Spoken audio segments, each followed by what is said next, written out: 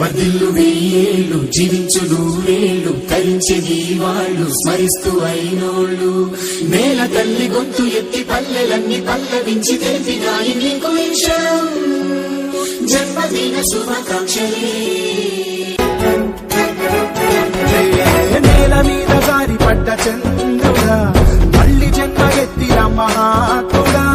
నేల మీద జారి పడ్డ చంద్రుడా మళ్ళీ జన్మ ఎత్తిన మహాత్ముడా